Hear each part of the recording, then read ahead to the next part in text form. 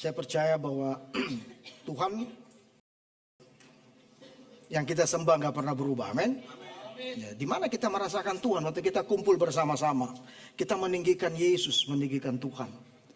Saudara bisa sendiri, benar saudara sendiri, tapi suatu kita corporate menyembah, memuji Tuhan, saudara, itu menggetarkan sungguh-sungguh kerajaan maut. Amin.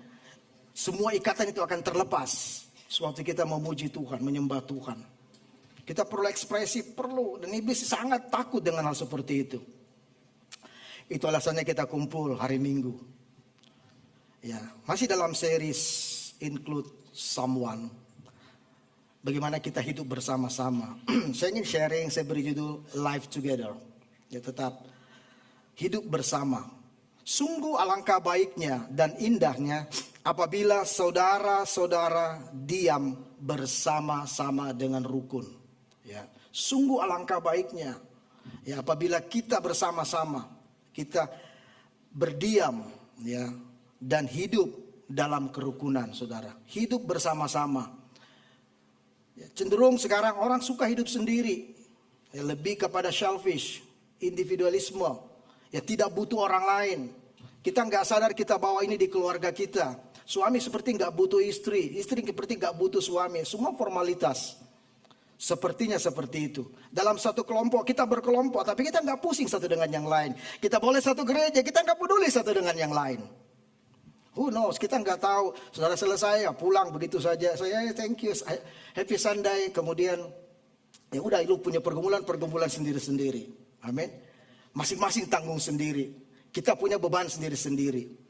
Tapi Yesus mengajarkan kita bagaimana kita hidup bersama-sama untuk keluar dari zona-zona seperti ini. Itu hati Tuhan. Ya. Iblis berusaha untuk menghancurkan hubungan. Hubungan antara manusia. Hubungan dalam keluarga. Hubungan suami istri. Orang tua dengan anak. Hubungan dirusak. Di gereja dia masuk seperti merusak hubungan kita satu dengan yang lain. Kita nggak peduli dengan orang lain. Kita berusaha untuk menjaga hubungan, akhirnya kita gak peduli dengan orang lain. Saya takut kalau saya bergaul dengan dia, nanti terjadi masalah, hubungan saya rusak dengan dia. Lebih baik saya berdiam diri, saya gak ganggu kanan, gak ganggu kiri. Saudara, kita sebenarnya sudah merusak hubungan, seperti apa yang Tuhan rancangkan. Kita selfish, kita gak peduli, alasannya baik. Tapi itu gak baik, saudara. Kita lihat kenapa bisa seperti ini. Tuhan mau kita mengerti bagaimana hidup bersama-sama ini. Karena ada hal-hal yang lebih jauh yang kita belajar pagi hari ini. Saya akan baca saudara di Lukas 17 ayat 1 sampai 6. Demikian firman Tuhan. Ya, Yesus berkata kepada murid-muridnya. Ini ditulis oleh Lukas ya. Lukas ini bukan murid langsungnya Tuhan Yesus. Siapa sih Lukas itu penulis Injil? Lukas itu muridnya Paulus. Jadi dia tidak dimuridkan seperti murid-murid yang lain. Tapi dia mengerti bagaimana dapat impartasi dari Yesus. Ya, dia bergaul dengan Paulus. Dia buat komunitas dengan Paulus, dengan rasul-rasul yang lain. Dan dia mendapatkan impartasi langsung seperti waktu Yesus hadir dan mengajar murid-muridnya. Kita juga bukan murid langsung Yesus kan? Tapi power kuasa yang sama akan turun kepada saudara ketika kita duduk bersama-sama. Ketika kita punya fokus bersama-sama bahwa hanya Yesus, bukan yang lain. Lukas juga bukan fokusnya Paulus, tapi Yesus. Dan Paulus mengajarkan bahwa Yesuslah yang aku beritakan, yang harus engkau dengar. Dia hanya contoh dalam hidupnya. Yesus berkata kepada murid-muridnya, tidak mungkin tidak ada penyesatan. Tetapi celakalah orang yang mengadakannya. Adalah lebih baik baginya jika sebuah batu kilangan diikatkan pada lehernya, lalu ia dilemparkan ke dalam laut, daripada menyesatkan salah satu dari orang-orang yang lemah ini. Jagalah dirimu. Jikalau saudaramu berbuat dosa, tegurlah dia. Dan jikalau ia menyesal, ampunilah dia. Bahkan jikalau ia berbuat dosa terhadap engkau 7 kali sehari, dan 7 kali ia datang kembali kepadamu dan berkata, aku menyesal. Engkau harus mengampuni dia. Lalu kata rasul-rasul itu kepada Tuhan, tambahkanlah iman kami. Jawab Tuhan, kalau sekiranya kamu mempunyai iman sebesar biji sesawi saja, kamu dapat berkata pada pohon ara ini, terbantunlah engkau dan tertanamlah ke dalam laut, dan ia akan taat kepadamu. Saudara, dalam percakapan Tuhan, dia menasehati murid-muridnya. Tuhan berkata, tidak mungkin tidak ada penyesatan. Amin. Tidak mungkin tidak ada penyesatan. Jadi kita harus waspada. Waspada terhadap apa? Terhadap penyesat-penyesat ini. Saya mau mengatakan inilah umpan iblis. Berhati-hati dengan penyesatan. Tersesat. Orang yang tersesat pada mulanya merasa tidak tersesat. Nanti di ujungnya baru dia tahu, saya salah jalan, ya kan? Aduh, saya tersesat. Kalau tadi kan gitu kan? Kita bingung nih suaranya siapa mau didengar. Saya bilang belok kanan, istri saya bilang belok kiri. Belok kanan, belok kiri. Akhirnya saya ikuti istri saya atau saya ikuti saya. Ini beberapa kali ya. Akhirnya salah. Terus kita bakal lihat begini, siapa yang salah ya? Nggak mau disalahin kan? Seperti itu. Nah, kita di ujung baru kita tahu. Ini kita tersesat ternyata. Dan itu halus, semua dibungkus dengan kebaikan. Yesus berkata, tidak mungkin tidak ada penyesatan. Ini dalam terjemahan yang TB1 ya. Tetapi celakalah orang yang mengadakannya. Penyesatan memang selalu ada. Tetapi celakalah orang yang mengadakannya. Saudara, dalam Inggrisnya dikatakan seperti apa saudara? Batu sandungan. Stumbling block. Batu sandungan. Jadi celakalah orang-orang yang suka membuat orang lain menjadi batu sandungan. Tersandung. Tersandung. Hidupnya membuat orang tersandung. Ya bagus kalau saudara nonton yang ibadah 1 Pastor Yahya, saya rasa lebih detail yang dibicarakan di sana. Bagaimana orang-orang yang menyesatkan orang lain ini, pasti mereka orang yang punya pengaruh. Terutama pemimpin. Kami pastor bisa menyesatkan saudara dalam materi, dalam pengajaran-pengajaran. Sehingga saudara iya aja kan. Amin. Amin. Amin. Kita nggak tahu. Nah dalam masa seperti ini, masa Yesus juga, penyesat itu sudah banyak. Bahkan Mesias palsu sudah ada yang mengaku Yesus. Karena itu orang Israel sangat trauma waktu Yesus mengatakan dialah Mesias. Apa di pikiran mereka? Ini mah sudah 50 Mesias yang seperti ini. Yang datang bilang Mesias. Nah siapa lagi manusia ini? Sudah nyata-nyata dia anak tukang kayu. Kenapa kita harus percaya dia Mesias? Yang lain lebih hebat daripada dia, mengaku Mesias. Dan dia sudah nabi palsu. Jadi tidak mudah konteks pada waktu itu. Orang-orang itu percaya bahwa Yesus itu Tuhan. Kalau di zaman sekarang, ya kan, saudara lihat saja pendeta yang karismatik, yang luar biasa, sudah harus percaya, amin. Tapi kita harus berhati-hati saudara. Ya.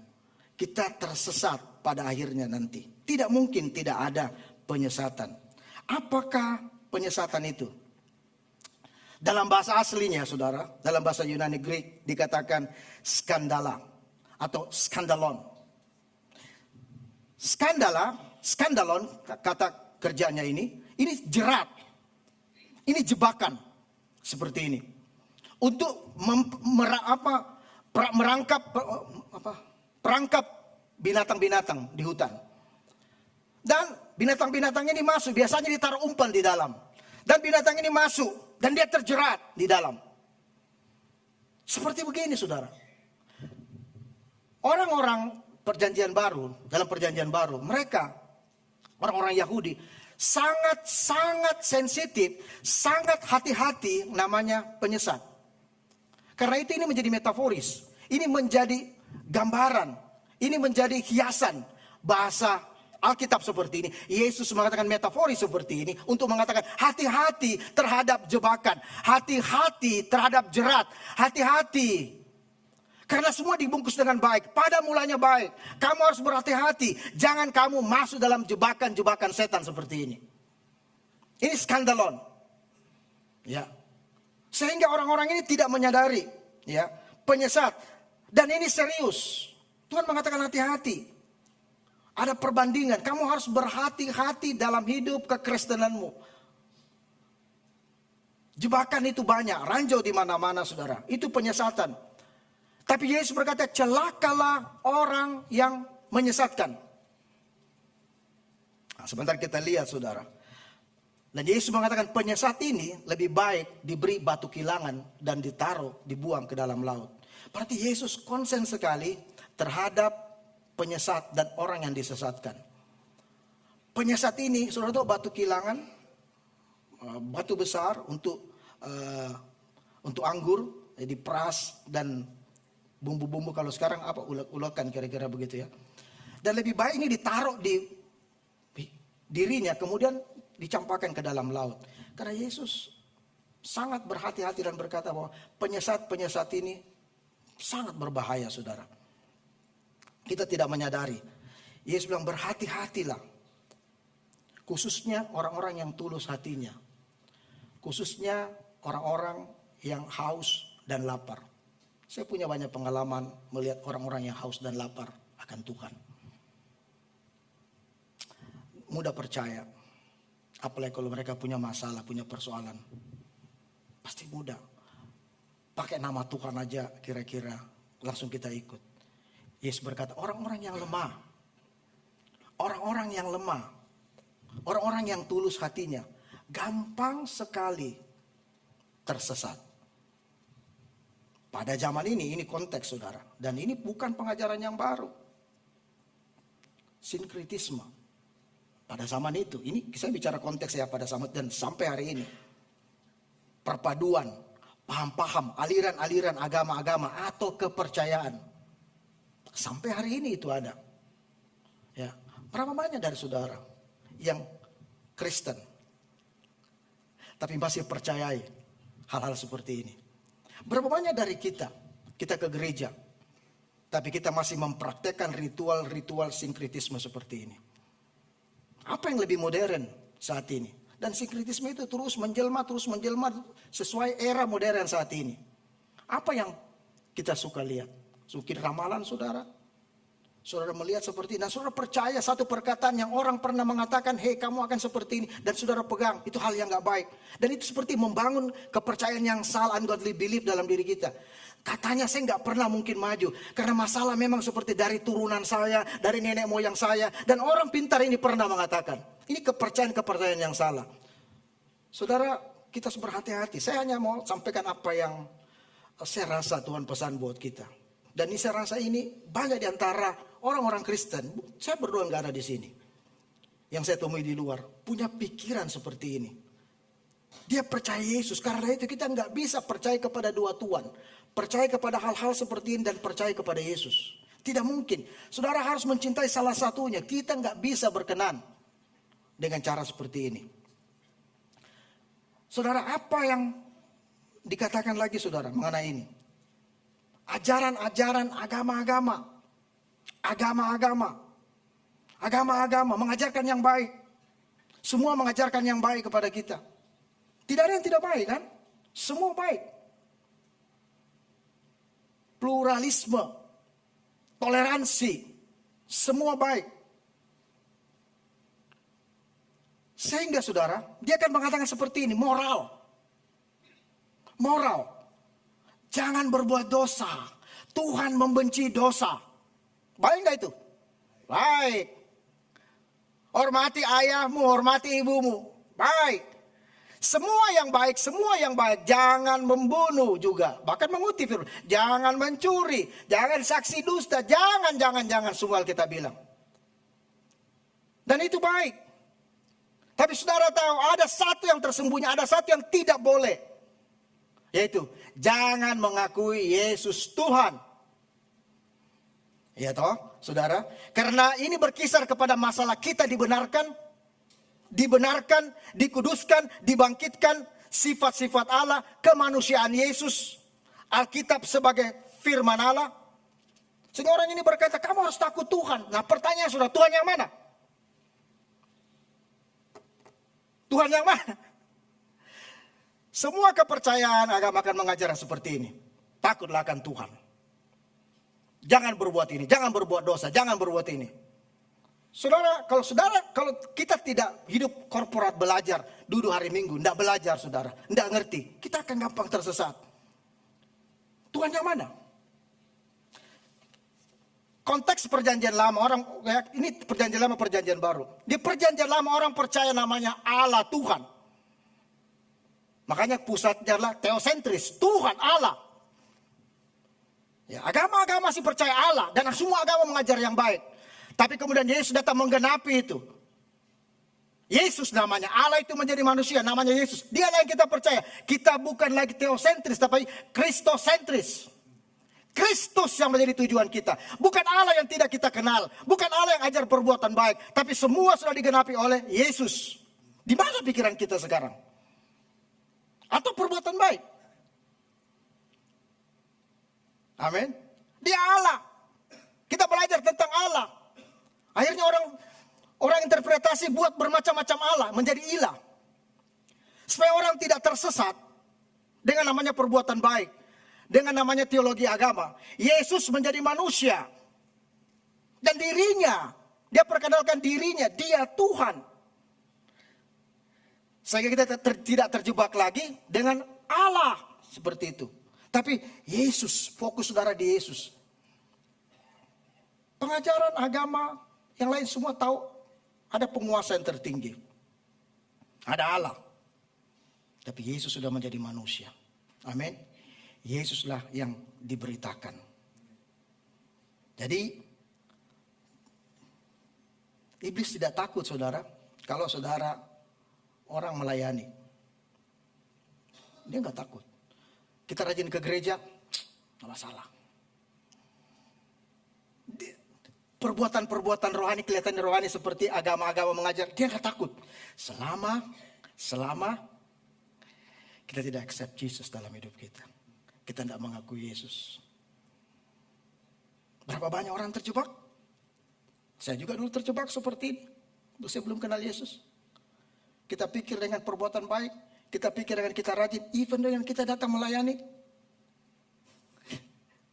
Tapi enggak usah sebut nama Yesus. Yesus itu hanya manusia. Dia itu Tuhan kecil. Kalau saudara lihat perkembangan bahkan di sini, di kota besar Jakarta ini. Saya mau beritahu saudara, enggak tahu Tuhan kasih rasa saya kuat bicara. Berhati-hati saudara. Ya. Pengajaran-pengajaran seperti ini ada, namanya Kristen, gereja besar. Saya setuju Pak Ayah, hati-hati bahkan dengan hamba Tuhan. Besar, namanya punya pengaruh. Hebat, terkenal. Tapi apa ajarannya? Kalau orang yang mengerti, benar-benar mengerti, menyelidiki, dia tahu bahwa orang ini hanya jelmaan daripada apa namanya yang lalu saudara. Penyesat-penyesat itu. Yang berneo, yang bertransformasi seperti ini. Seperti itu. Jadi kenapa? Mengajarkan hal-hal yang sifatnya mungkin seperti, seksi Jehovah. Tapi kalau dikatakan enggak, tapi ada yang Kristen, Mormon, ada lagi yang lebih baru, Kristen, sama Alkitab yang dipakai seperti ini. Beda, ini Alkitab yang sama, tetapi saudara, tidak pernah mau mengakui bahwa Yesus adalah Tuhan. Dia hanya anak Allah, dia bukan sang Bapa. Dia bukan Bapa, artinya dia bukan Allah, dia Allah minor, bukan Theos. Hoteos dipikir bahwa itu Allah yang kecil, bukan Allah yang besar. Saudara, kita tersesat. Nah, kenapa saya bilang live together? Kita perlu sama-sama saling mengingatkan. Yesus itu Tuhan. Saya mau sampaikan, Yesus itu Tuhan. Bukan Tuhan kecil. Ada perbedaan, dia bilang ada perbedaan. Ada Allah Bapa, ada dia Allah Anak. Beda Bapa dengan Anak. Tidak. Saudara harus berhati-hati dengan pengajaran-pengajaran seperti ini. Amin. Hati-hati saudara. Saya banyak layani orang. Orang Kristen. Cinta Yesus. Tapi pelan-pelan pikirannya bergeser. Jadi setan gak takut. Amin. Yang penting saudara tidak mengakui Yesus adalah Tuhan. Saudara akan seperti murid-murid mengatakan, engkau seperti Nabi Yeremia, engkau seperti ini, engkau seperti ini. Sebaik kan? Tapi Yesus berkata pribadi, tapi menurut kamu pribadi, siapakah aku? Engkau adalah Mesias, anak Allah yang hidup. Siapakah Yesus menurut saudara? Siapa menurut saudara Yesus yang saudara cari selama ini? Makanya lagu tadi loh, your name is power, your name is healing, your name is life. Hanya nama Yesus. Dan ini yang Tuhan mau, kita bersama-sama mengerti ajaran ini. Kita harus menjadi teladan, menjadi karakter. 1 Timotius 4:12 berkata, jangan seorang pun menganggap engkau rendah karena engkau muda. Jadilah teladan bagi orang-orang percaya. Dalam tingkah lakumu, dalam kasihmu, dalam kesetiaanmu, dan dalam kesucianmu. Kita harus seperti ini sebagai murid Yesus. Kalau tidak saudara, begitu banyak juga kita bisa menjadi batu sandungan. Hamba Tuhan boleh jadi batu sandungan. Jemaat juga bisa jadi batu sandungan. Saya bisa jadi batu sandungan. Saudara bisa jadi batu sandungan. Dalam apa saudara? Lihat aja keteladanan hidup kita. Bagaimana kita sebagai orang percaya. Bagaimana tingkah laku kita. Bagaimana sikap kita. Gak bisa double standar. Standar di gereja lain, standar di rumah lain. Standar di gereja lain, standar di tempat kerja lain. Kita gak bisa hidup seperti ini. Amin. Dalam kasihmu, apakah kasih kita tulus? Satu dengan yang lain? Atau kita ada kasih karena ada udang di balik batu. Kita mengasihi seseorang karena kita pingin sesuatu dari dia. Dalam kesetiaanmu kepada Tuhan. Dalam kesetiaanmu kepada keluargamu. Kita perlu bersama-sama membangun ini. Dan kita perlu bersama-sama untuk berdoa dalam hidup ini. Perlu berdoa saudara. Saya ingat beberapa waktu lalu. Saya lupa 3 minggu lalu. Waktu kami ngobrol pastoral. Saya Pastor Yaya, Pastor Petra. Saya ngobrol. Tiba-tiba saya cuma beritahu saudara ya. Dalam satu waktu, saya lupa, ya sore, hari, malam, saya berdoa, saya menyembah Tuhan di ruang tamu saya. Itu untuk pertama kali, biasa saya berdoa itu satu orang. Tapi hari itu saya berdoa, saya menyembah Tuhan hampir 2 jam. Dan saudara tahu apa yang saya lihat? Wajah bapak-bapak, ibu-ibu sekalian. Dalam doa saya.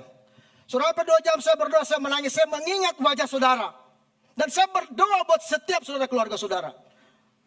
Saya gak rancang seperti itu.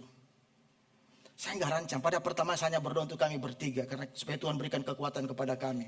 Tapi kemudian Tuhan perlihatkan wajahnya. Bapak, Tuhan perlihatkan wajah keluarga saudara. Dan saya harus berdoa, saya harus berdoa, saya harus berdoa. Saya harus berdoa. Saya bersyukur saya mengenal wajah saudara paling tidak. Walaupun kita tidak terdekat. Tapi saya bersyukur untuk itu karena Tuhan menaruh beban untuk berdoa buat saudara. Itulah kasih saudara. Saya berdoa untuk setiap saudara. Saya tidak rancang seperti itu. Tapi saya berdoa begitu lama. Dan saya tahu setiap saudara punya masalah, punya pergumulan dalam hidup ini. Dan kasih itu mengalir secara tulus dan berdoa buat saudara. Dan saya lakukan itu. Saya juga kaget kenapa saya berdoa buat itu. Dan akhirnya saya mengerti itulah kasih Tuhan. Itulah kasih Tuhan. Kita tidak mungkin saling kenal. Tapi kalau saya berusaha untuk kenal saudara, puji Tuhan. Terimalah salam kenal saya. Tapi gunanya apa? Saya mengerti pada waktu itu. Ya, kamu harus berdoa buat mereka. Bahkan ada yang saya doakan sampai 2 kali, 3 kali. Saya tahu kalau saya 2 kali sampai 3 kali Tuhan kasih lihat dia. Artinya saudara punya pergumulan yang cukup berat. Itulah kasih. Saudara, amin. Itulah hidup bersama-sama sebagai jemaat. Dalam kesetiaanmu, dalam kesucianmu. Ini yang hilang kan? Kita punya banyak pengetahuan, kita hebat, tapi hidup kita tidak kudus, hidup kita tidak suci. Kita rekayasa hidup kita. Tuhan gak mau. Banyak antikristus saat ini saudara. Markus 13 ayat 5-6. Waspadalah supaya jangan ada orang yang menyesatkan kamu. Akan datang banyak orang dan memakai namaku. Dan berkata, akulah dia. Dan mereka akan menyesatkan banyak orang. Mereka akan menyesatkan banyak orang. saudara, kita harus berhati-hati. Penyesat itu, dia tidak bilang saya mau menyesatkan, tidak kan? Yang kedua, jagalah dirimu. Ya, melepaskan pengampunan. Sedikit agak kontras memang ayat 1, 2, 3. Karena jaga dirimu. Setiap kita waspada, jaga diri kita terhadap penyesat seperti ini. Dan kemudian jaga dirimu. Jika ada saudaramu yang berbuat dosa, tegurlah dia. Dan jikalau ia menyesal, ampunilah dia. Jaga dirimu. Karena ada orang yang akan berbuat dosa kepada engkau. Jaga dirimu, jangan sampai kamu tidak memberikan pengampunan kepada dia. Yesus mengajarkan, ini bukan pilihan. Ini perintah Tuhan, kita mengampuni. Itu roh Kristus dalam diri kita. Seperti Yesus di kayu salib puncaknya. Ampuni mereka, sebab mereka tidak tahu apa yang mereka perbuat. Kalau kita punya spirit seperti ini, saya sekarang pakai itu. Kalau saya mau sakit saudara, Tuhan bilang, dia nggak tahu apa yang dia bikin. Ampuni dia. Ampuni dia. Ampuni dia. Tapi kalau 3 kali, 4 kali datang minta ampun, ampuni dia. Tidak ada batas 77 kali 7 kali. Kali 7 kali 7 kali. Tidak ada selesai. No limit saudara. Dalam pengampunan kita harus melepaskan pengampunan. Amin. Jangan hidup di dalam ikatan. Ini jerat. Ini stumbling block. Ini skandalon. Ketika kita semuanya lakukan hal-hal yang rohani, tapi hidup kita penuh dengan kepahitan. Hidup kita tidak melepaskan pengampunan, penuh dengan sakit hati. Sebenarnya saudara sedang di dalam jebakan tadi, dalam skandalon ini, saudara ada di sana, saudara terikat, tapi saudara masih memuji Tuhan. Tapi saudara diikat, kita diikat. Kita ada dalam jerat ini, dan iblis bilang jangan keluar dari situ. Oke, jangan pernah keluar. Tapi kita Kristen. Kita Kristen. Kita bawa Alkitab. Tapi kita hidup dalam jebakan ini. Kita masuk dalam perangkap umpan iblis ini. Jangan saudara. Amin. Karena itu Alkitab berkata, tegurlah dan nasihatilah mereka yang mengikuti ajaran seperti ini. Dan lepaskan pengampunan kepada mereka apabila dia berbuat dosa kepada engkau. Menegur tidak mudah. Amin. Saya tahu nggak gampang kita menegur orang. Tapi kita belajar selalu diajarkan. Menegur dalam kasih. Kita berbicara yang baik. Saya cukup berhati-hati dalam berbicara menegur orang. Karena saya tahu kelemahan saya. Jadi kalau saya baru saya ngomong, orang pikir Pak Yesi marah. Ya kan? Saya ingat dulu ya. Saya masih pacaran dengan istri saya. Saya ngobrol nih. Cerita. Omnya sama tantenya datang. Itu Yesi marah-marah ya. Saya bilang, cowoknya, ceweknya bilang ini, tidak, dia enggak marah. Karena saya serius. Tapi dipikirnya saya marah. Jadi saya harus berhati-hati sampai hari ini pun. Jadi saya harus berhati-hati sekali ngomong. Karena jangan sampai saya berbicara, orang berpikir saya marahin orang. Padahal tidak loh, tulus. Tapi saya juga nggak bisa bertahan seperti ini kan. Saya juga harus berubah. Saya harus berbicara yang baik. Jadi kalau saya bicara, Ma, ambil ini. Langsung lagi, tolong dong. Oh ya, tolong ya. Ya begitulah saya. Tapi saya tidak boleh bertahan seperti ini. Kita harus berubah, amin. Itulah lingkungan kita akan membuat kita berubah. Kita nggak boleh bertahan bilang, memang saya seperti ini. Saya bisa seperti itu. Tapi kalau saya disupport, saya gitu disupport, tambah enak saya rasakan dikomporin. Jadi saya harus berhati-hati dengan diri saya sendiri. Ngomong itu saya harus pikir baik-baik sekarang. Makanya saya lebih banyak mungkin diam. Sometimes saya pengen sekali saya mau bicara. Tidak begitu. Saya juga tahu. Saya mengerti itu. Saya tahu ceritanya. Tapi saya belajar diam. Yesi diam. Sabar. Ya, saya belajar mengekang lidah saya. Meredam hati saya. Ya, istri saya bilang, jangan nanti kita sok pintar. So tahu. Padahal tidak tahu. Itu gunanya hidup bersama-sama kan? Itu saudara. Jadi berani menegur, beranilah kita menegur dalam kasih. Daripada kita membiarkan saudara kita masuk dalam jebakan setan. Ajaran yang sesat. Saya berbicara kepada beberapa orang seperti hati-hati. Hati-hati, kita nggak boleh seperti ini. Semua baik. Kenapa kamu di situ? Di sini lebih baik. Kami mengajarkan kebaikan. Semua itu baik. Semuanya, tidak ada yang tidak baik. Apalagi kalau dia mengaku Kristen, baik semuanya. Kembali, yang pertama, lihat buah. Lihat juga ajaran. Jadi, ajaran-ajaran seperti ini, itu udah ada, bukan baru. Ribuan tahun lalu udah ada. Zamannya Yesus sudah ada. Ya. Yang ketiga, yang terakhir. Ayat 5. Lalu kata rasul-rasul itu, apostolos itu kepada Tuhan. Tambahkanlah iman kami. Jawab Tuhan, kalau sekiranya kamu mempunyai iman sebesar biji sesawi saja, kamu dapat berkata kepada pohon ara ini, terbantunlah dan tertanamlah dalam laut, dan ia akan taat kepadamu. Ya. Murid-muridnya mendengar semua ini, harus kita mengampuni. Bagaimana bisa saya mengampuni? Ya, apalagi kalau orang yang suka ya gampang pendendam, sakit hati. Tapi murid-murid ini mengatakan, tampakkanlah iman kami. Jadi bukan gak mau mengampuni ya. Tapi sometimes bagaimana saya bisa mengampuni?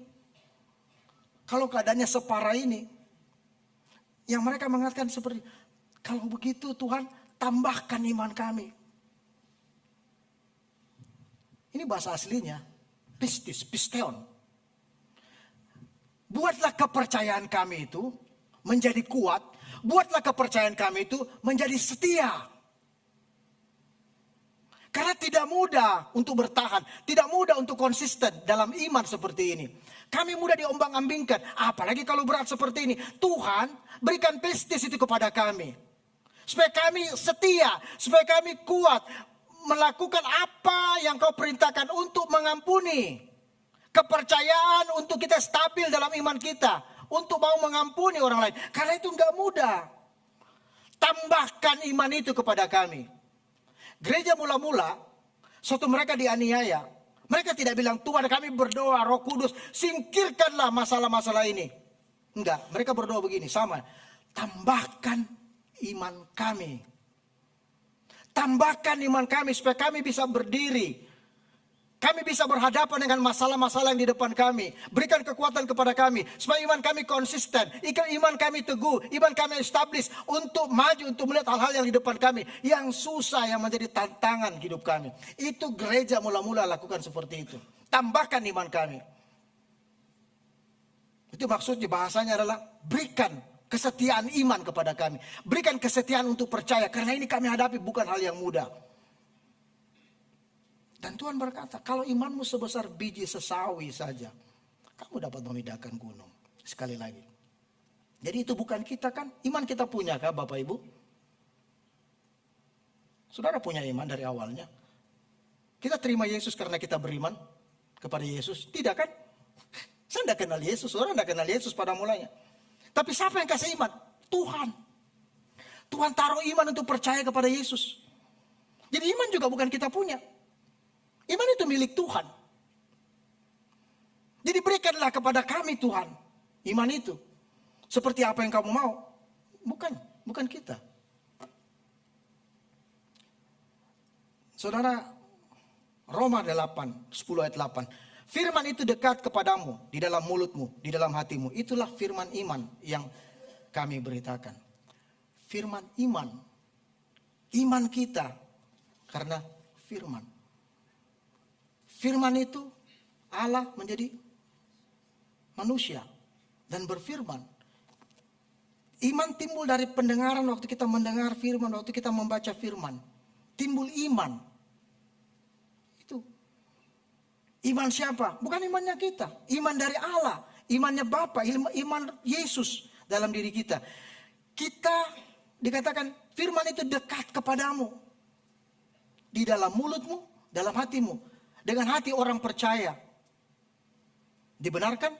Dengan mulut orang mengaku diselamatkan. Firman iman. Jadi katakan firman iman itu. Waktu ada masalah, waktu ada persoalan yang besar dan saudara sulit, mungkin saudara bilang kepada Tuhan, Tuhan aku susah itu mengampuni. Berat ini aku mengampuni Tuhan, berat Tuhan. Tetapi firman itu yang mengatakan di mulut, Tuhan di hatiku, aku mau mengampuni.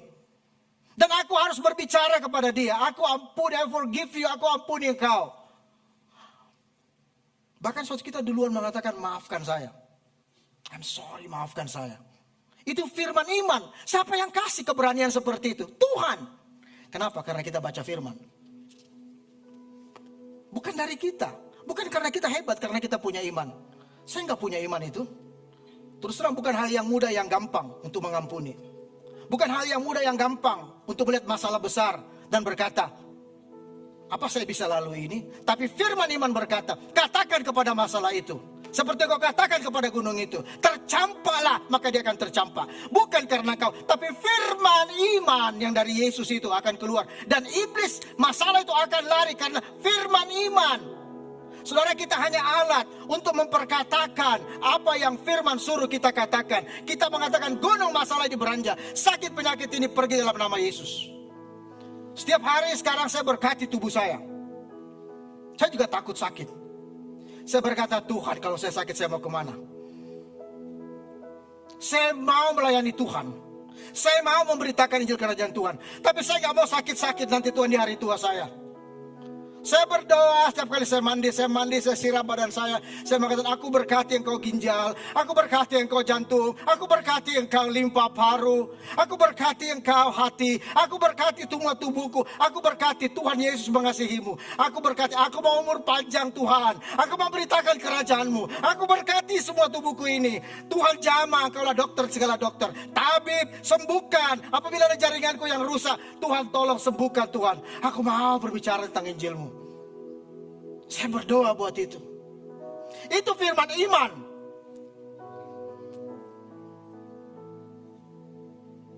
Tapi saya juga olahraga, belajar olahraga walaupun malas.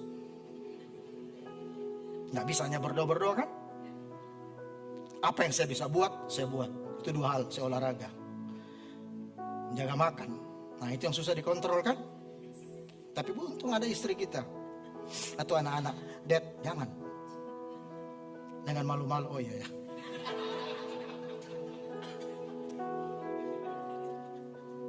Jangan, kalau mau umur panjang jangan. Kita bilang kau harus melihat anak dari anak-anakmu. Amin. Jangan bilang enggak perlu yang hidup ini, pokoknya udah mati, kalau mati pasti surga. Iya, kamu pergi surga, keluargamu menderita nanti. Karena itu saya tutup dengan tagline ini. Berdoa dengan tekun, beriman dengan berani, bernubuat dengan setia. Ini waktu Pak Yaya bagi ini, saya bilang ini hal yang luar biasa. Ini menjadi tagline kita di 2025. Mari kita bangun atmosfer doa dalam hidup kita, dalam keluarga kita. Mari kita berani beriman. Jangan bilang aduh terlalu besar masalahnya. Berani beriman, berani. Karena kan bukan kita punya ini kekuatan. Berani bernubuat. Saya bernubuat untuk tadi organ-organ saya. Sembuh engkau. Yesus mengasihimu jantung ini. Tuhan sayang kamu. Sembuh engkau dalam nama Yesus. Sama. Mari kita lakukan ini saudara. Amin. Berdoa. Beriman dengan berani. Bernubuat dengan setia. Sehingga saudara bisa melepaskan pengampunan. Saudara bisa kenal yang mana benar, yang mana hampir benar. Lebih baik hampir salah daripada hampir benar. Kalau hampir salah, puji Tuhan, hampir saya salah. Tapi kalau hampir benar, salah. Dan penyesat seperti itu. Hampir benar, tapi tidak benar. Diajar moral, diajar kebaikan, baik-baik semuanya. Tapi satu, kamu jangan percaya Yesus ya. Itu saja. Dia bukan Tuhan kau itu. Dia sama aja dengan nabi-nabi yang lain. Saya berdoa buat saudara. Bapak terima kasih buat firman-Mu.